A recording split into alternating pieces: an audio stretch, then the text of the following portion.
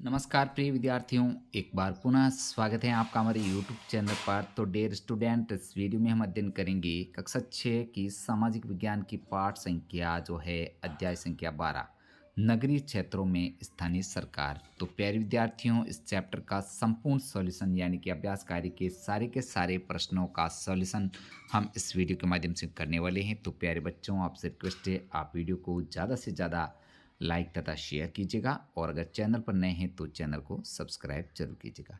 तो वीडियो को शुरू करते हैं। देखते हैं सबसे पहले प्रश्न संख्या 1। विद्यालय आते हुए आप और आपके मित्र पाते हैं कि जल के एक पाइप में रिसाव हो रहा है। इस रिसाव से सारा जल व्यर्थ हो रहा है। इस स्थिति में आप और आपके मित्र क्या करेंगे? तो प्यारे विद्यार्थियों, इसका उत्तर आपको लिखना है। जल रिसाव होने की स्थिति में मैं इसे रुकवाने के लिए मैं और मेरा मित्र इसकी सूचना तुरंत जलदाय विभाग को करेंगे ताकि बहुमूल्य जल का अपव्यय हो सके। बढ़ेंगे आगे। प्यारे विद्यार्थियों, 2 नंबर प्रश्न। आप अपने निकट रहने वाले स्थानीय निकाय के किसी सदस्य को अपनी कक्षा में आमंत्रित कीजिए। उनके साथ उनकी भूमिका और उत्तरदायित्व के विचार विमर्श कीजिए। उनसे पूछने के लिए प्रश्नों की एक सूची तैयार कीजिए। तो इसका उत्तर है जो संकेत है नगरीय निकाय के प्रमुख कार्य जो लिखने हैं। आधारभूत ढांचे की देखभाल, ध्यान रखना, कब्रगाहों का रखरखाव, अपशिष्ट संग्रहण व निपटान, सरकारी योजनाओं का क्रियान्वयन पर ध्यान रखना, स्थानीय एवं अर्थदंड प्राप्त करना। इन कार्यों को ध्यान में रखते हुए नगरीय स्थानीय निकाय के स्कूल में आमंत्रित किए गए सदस्य की भूमिका के बारे में विद्यार्थी विचार विमर्श करें। इस विमर्श के आधार पर उनके पूछने के लिए प्रश्नों की निम्न सूची हम बना सकते हैं। तो यहाँ पर सबसे पहला जो प्रश्न बनाएंगे आप, जगह जगह नालियों के रस रिसाव क्यों होता रहता है? शहर में सफाई व्यवस्था को बेहतर बनाने के लिए क्या कदम उठाए जा सकते हैं? क्या आपके पास शहर की सड़कों और नालियों की मरम्मत के लिए कोई योजना है? नेक्स्ट है, क्या आप शहर में स्वच्छता के लिए जन जागरूकता अभियान चला रहे हैं? और 5 नंबर, शहर में कचरा प्रबंधन कैसे निपटा किया जाए? तो इस प्रकार जो पूर्ण करना है। आगे प्यारे विद्यार्थियों, प्रश्न 3। अपने परिवार एवं पड़ोस के वयस्क लोगों के साथ चर्चा कीजिए और नगरीय स्थानीय निकायों से उनकी अपेक्षाओं की सूची बनाइए।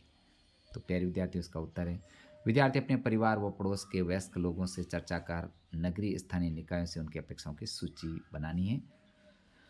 आगे संकेत जो दे रखे हैं, नगरीय निकायों से उनकी अपेक्षाओं की सूची इन विषयों के संदर्भ में भी बनाई जाए, जैसे सड़क प्रबंधन तथा उनके रखरखाव, जल निकास, नालियों की सफाई न होने पर गंदा जल उनसे बाहर निकलकर सड़क पर फैल रहा है, जैसे मोहल्ले में मच्छर बढ़ रहे हैं, मच्छरों को समाप्त करने के लिए फॉगिंग का कार्य न करना, जगह जगह हो रहे अवैध निर्माणों को नहीं रोकना।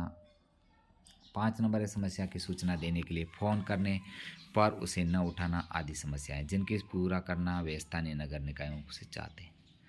नेक्स्ट है प्रश्न 4। एक अच्छे नगरीय स्थानीय निकाय की विशेषताओं की सूची बनाइए।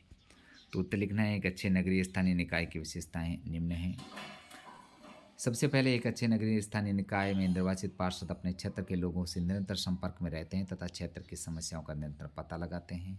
एक अच्छा नगरीय निकाय नगर से सूखा तथा गीला कूड़ा को निरंतर अलग अलग एकत्रित करवा कर उचित प्रबंधन करता है।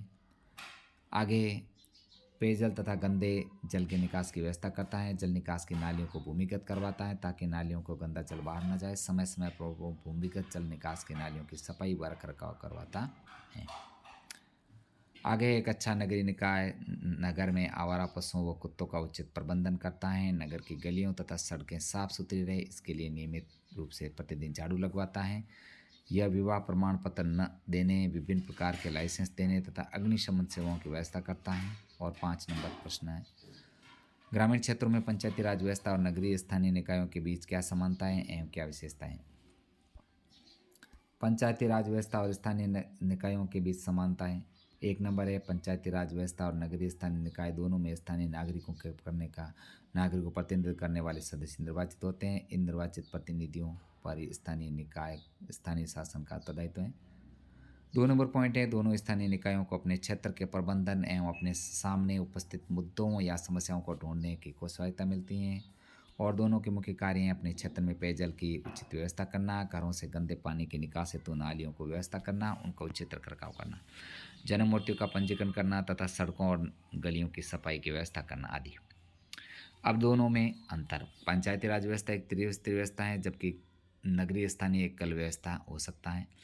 दूसरा है, पंचायती राज व्यवस्था में निम्न स्तर पर ग्राम पंचायत, खंड स्तर पर पंचायत समिति, सर्वोच्च स्तर पर जिला पंचायतें, ये तीनों स्तर की संस्थाएं निम्न से उच्च तक काम करती हैं। नगरीय स्थानीय निकाय एक स्तर पर काम करता है। प्रत्येक नगरीय निकाय के सदस्य वार्ड समितियों गठित करते हैं, उनके माध्यम से अपने कार्य करते हैं। तो प्यारे बच्चों, इस प्रकार हमने जो है इस वीडियो के माध्यम से आपके कक्षा 6 की जो सामाजिक विज्ञान के पाठ्य पुस्तक का पाठ संख्या 12 नगरीय क्षेत्रों में स्थानीय सरकार का संपूर्ण सॉल्यूशन हमने इस वीडियो में किया है। तो प्यारे बच्चों, आपसे रिक्वेस्ट है आप वीडियो को ज़्यादा से ज़्यादा लाइक तथा शेयर जरूर कीजिएगा। मिलते हैं प्यारे बच्चों अगले चैप्टर के साथ में। वीडियो देने के लिए आपका धन्यवाद। और हाँ, आप अगर सारे पाठों का सॉल्यूशन चाहिए तो हमारे चैनल के प्लेलिस्ट बनी हुई है, वहाँ पर जाकर के सभी पाठों का सॉल्यूशन एक साथ कर सकते हैं। धन्यवाद।